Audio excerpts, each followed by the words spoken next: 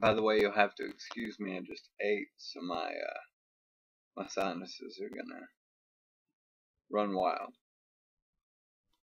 I have tissues. I'll try to keep my disgusting bodily functions to a minimum. Chapter 25, Inside 217. A week and a half later, 2 feet of snow lay white and crisp and even on the grounds of the Overlook Hotel. The hedge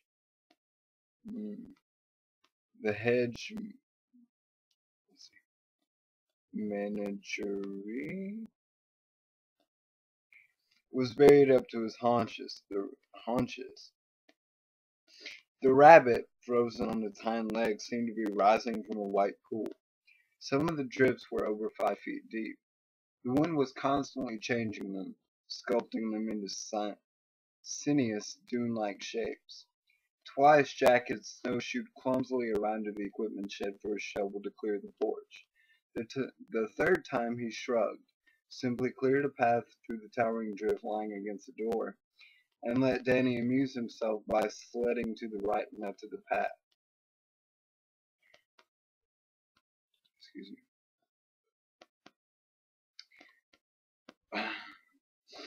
The truly heroic drifts lay against the Overlook's west side. Some of them towered to a height of 20 feet, and beyond them the ground was scoured bare to the grass by the constant wind flow. The first floor windows were covered, and the view from the dining room, which Jack had so admired on closing day, was now no more exciting than a view of a blank movie screen. Their phone had been out for the last 8 days, and the CB radio in Ullman's office was now their only communications link with the outside world. It snowed every day now, sometimes only brief flurries that powdered the glittering snow crust. Sorry. Let me hydrate.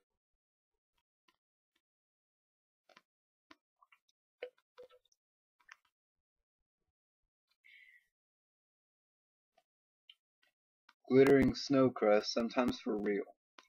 The low whistle of the wind cranking up to a womanish shriek that made the old hotel rock and groan alarmingly, even in its deep cradle of snow. Night temperatures had not gotten above 10 degrees, and although the thermometer by the kitchen service entrance sometimes got as high as 25 in the early afternoons, the steady knife edge of the wind made it uncomfortable to go out without a ski mask. But they all did go out on the days when the sun shone, usually wearing 2 sets of clothing and mittens on over their gloves.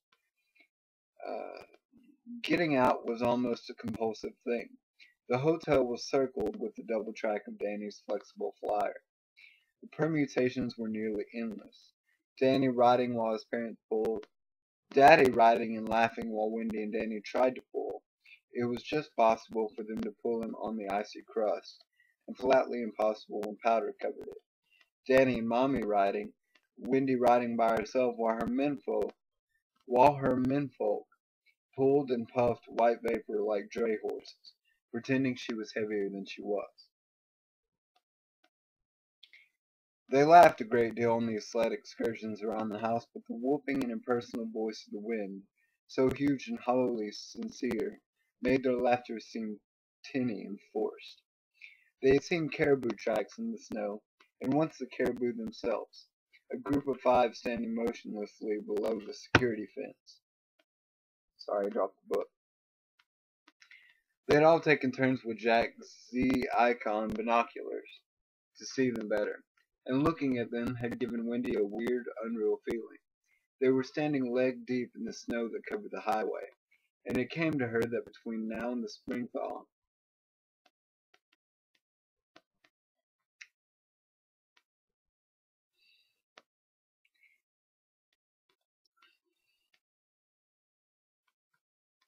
the road belonged more to the caribou than it did to them. Now the things that men had made up here were neutralized. The caribou understood that, she believed. She had put the binoculars down and had said something about starting lunch, and in the kitchen she had cried a little, trying to rid herself of the awful pent-up feeling that sometimes fell on her like a large pressing hand over her heart. She thought of the caribou. She thought of the wasps Jack had put out on the service entrance platform under the Pyrex bowl to freeze. There were plenty of snowshoes hung from nails in the equipment shed, and Jack found a pair to fit each of them, although Danny's pair was quite a bit outsized.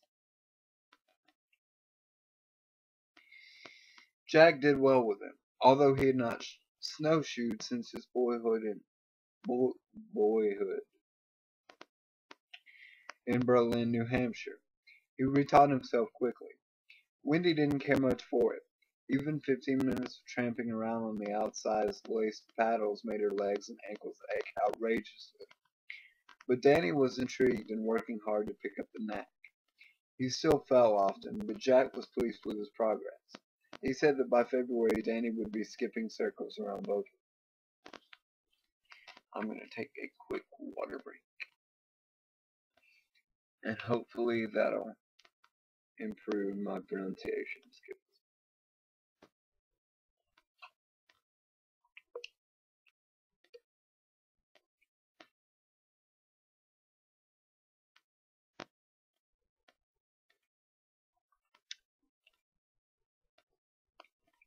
You guys were dangerously close to my mouth. I'm sorry.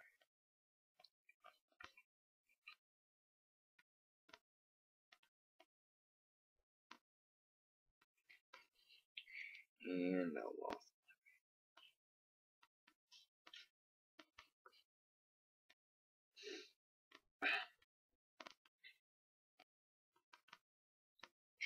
This day was overcast, and by noon the sky had already begun to spit snow. The radio was promising another 8 to 12 inches and chanting hosannas to precipitation, that great god of Colorado skiers. Wendy, sitting in the bedroom and knitting a scarf, thought to herself that she knew exactly what the skiers could do with all that snow. She knew exactly where they could put it. Jack was in the cellar. He had gone down to check the furnace and boiler.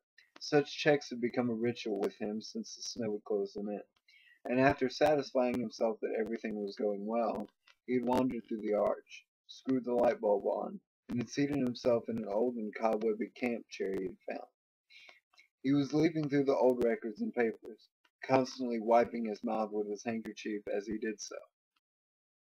Confinement had bleached his skin of its autumn tan, and as he sat hunkered over the yellow crackling sheets, his reddish blond hair tumbling untidily over his forehead, he looked slightly lunatic. He had found some odd things tucked in among the invoices, bills of lading, receipts, disquieting things.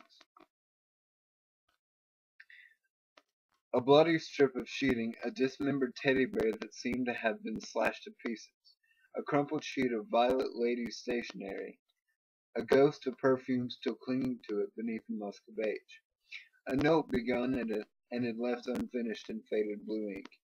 Dearest Tommy, I can't think so well up here as I'd hoped, about us, I mean, of course. Who else? Ha ha. Things keep getting in the way.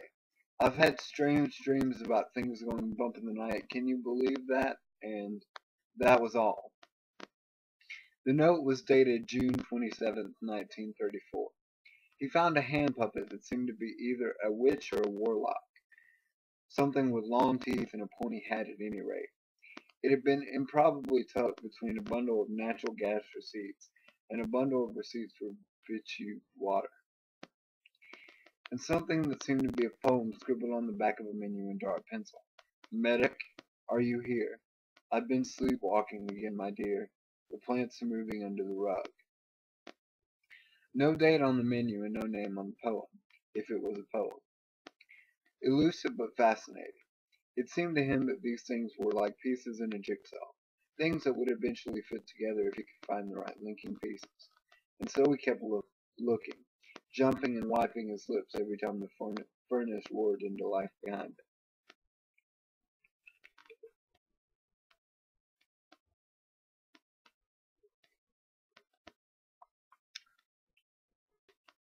Danny was standing outside room 217 again.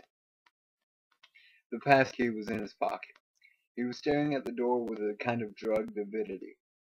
His upper body seemed to twitch and jiggle beneath his flannel shirt. He was humming softly and tunelessly. He hadn't wanted to come here, not after the fire hose. He was scared to come. He was scared that he had taken the pass key again, disobeying his father. He had wanted to come here. Curiosity killed the cat. Satisfaction brought him back. It was like a constant bishhook in his brain, a kind of nagging siren song that would not be appeased. And hadn't Mr. Halloran said, "I don't think there's anything in here that can hurt you. You promised." Promises were made to be broken. He jumped at that. It was as if that thought had come from outside, insectile, buzzing, softly cajoling. Promises were made to be broken, my dear Redrum. To be broken, splintered, shattered, hammered apart. For his nervous humming broke into low atonal song. Lulu, skip to my Lou, skip to my Lou, my darling. Hadn't Mr. Halloran been right? Hadn't that been, in the end, the reason why he had kept silent and allowed the snow to close them in? Just close your eyes and it'll be gone. What he had seen in the presidential suite had gone away, and the snake had only been a fire hose that had fallen onto the rug.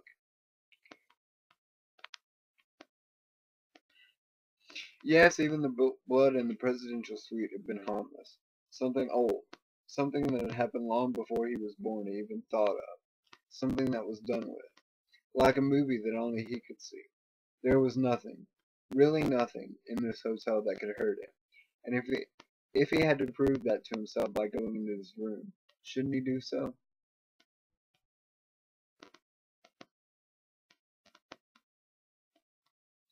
Lulu, skip to my Lulu. Curiosity killed the cat, my dear Redrum. Redrum, my dear. Satisfaction brought him back safe and sound from toes to crown. From head to ground he was safe and sound. He knew that those things are like scary pictures. They can't hurt you, but oh my God. What big teeth you have, Grandma. And is that a wolf in a Bluebeard suit or a Bluebeard in a wolf suit? And I'm so glad you asked, because curiosity killed that cat. And it was the hope of satisfaction that brought him back. Up the hall, treading softly over the blue and twisting jungle carpet, he had stopped by the fire extinguisher.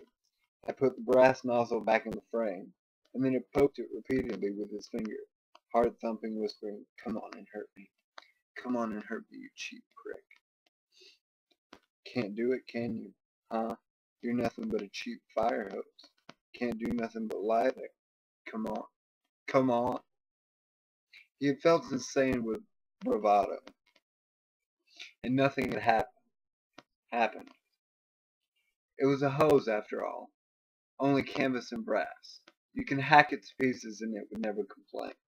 Never twist and jerk and bleed green slime all over the blue carpet, because it was only a hose. Not a nose and not a rose, not glass buttons or satin bows, not a snake in a sleepy doze. And he had hurried on because he was late. I'm late, said the White Rabbit. The White Rabbit. Yes. Now there was a white rabbit out by the playground. Once it had been green, but now it was white, as if something had shocked it repeatedly on the snowy, windy nights and turned it old. Danny took the passkey from his pocket and slid it into the lock. Lulu. The White Rabbit had been on its way to a croquet party to the Red Queen's croquet party, storks for mallets, hedgehogs for balls. He touched the key, let his fingers wander over it. His head felt dry and sick. He turned the key and the tumbler thumped back smoothly. Off with his head! Off with his head! Off with his head! This game isn't croquet, though the mallets are too short. This game is whack! Boom! Straight through the wicket. Off with his head! Danny pushed the door open. It swung smoothly without a creak. He was standing just outside a large combination bed-sitting room, and although the snow had not reached up this far, The highest drifts were still a foot below the second floor windows. The room was dark, because Daddy had closed all the shutters on the western exposure 2 weeks ago. He stood in the doorway, fumbled to his right, and found the switchblade.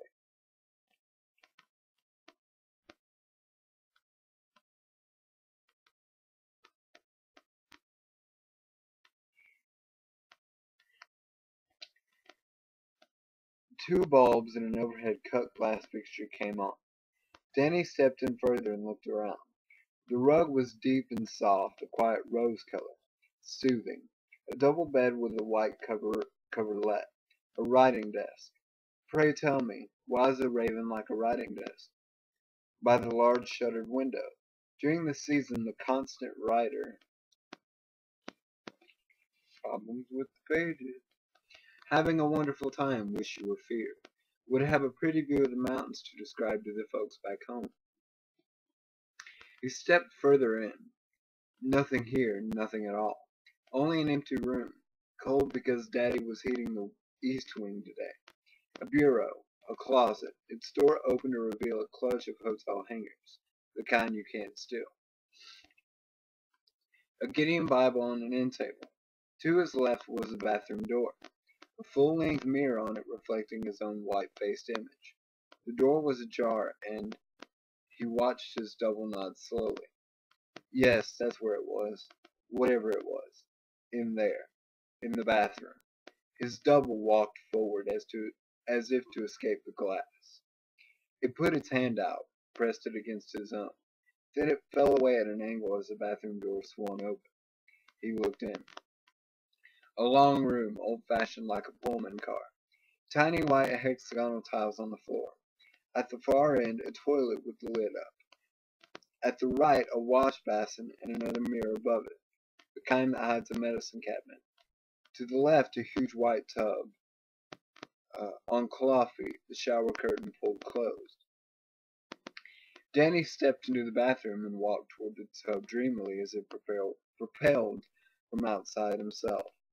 As if this whole thing were one of the dreams Tony had brought him, that he would perhaps see something nice when he pulled the shower curtain back.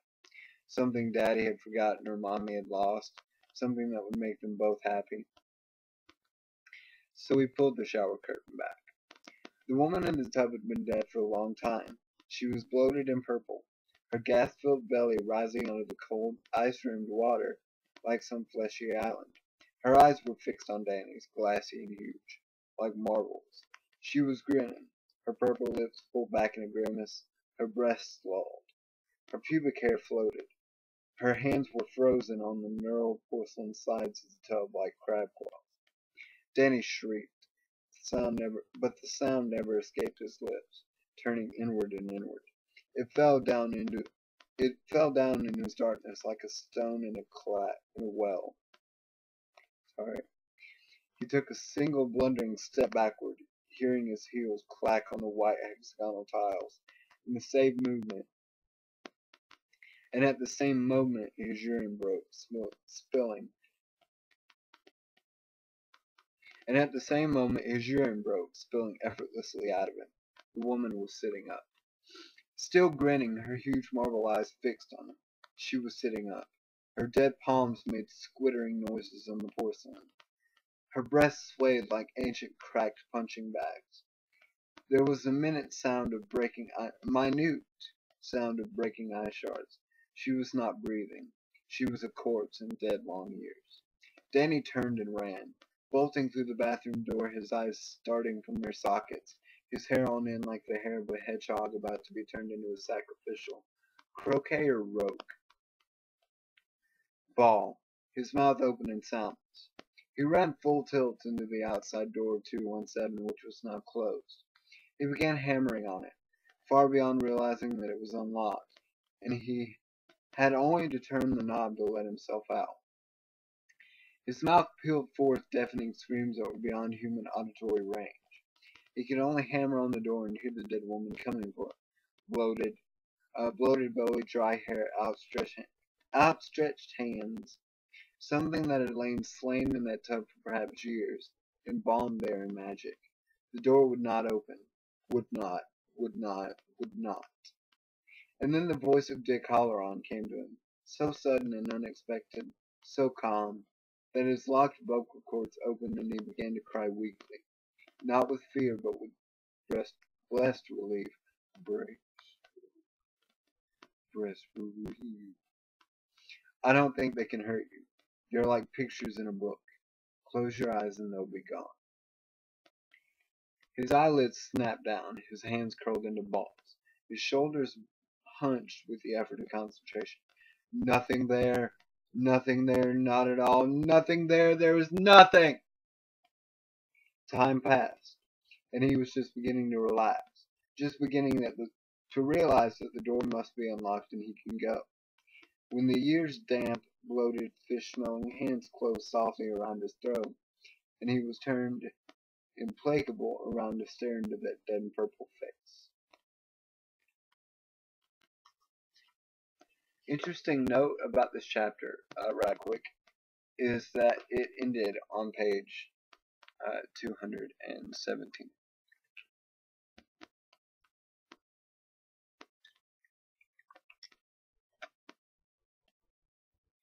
Alright, thanks for sticking with me. I'll have the next couple chapters up whenever I get my internet back. These are recorded on the 18th, I think. Yeah, it is the 18th. And I'm out for Christmas break, so I'm planning on doing more chapters and hopefully start in the next book, which I've got here. You saw a flash of it there. I'll start on that book as soon as I finish The Shining. That book is significantly shorter than The Shining, so it shouldn't take me as long to finish it as it will The Shining. We just finished chapter 25. We've got 11 more chapters. That's completely wrong. We've got 21 chapters. I'm sorry, there's 56 chapters, not 36. That's not even right. My math is off. You get the point.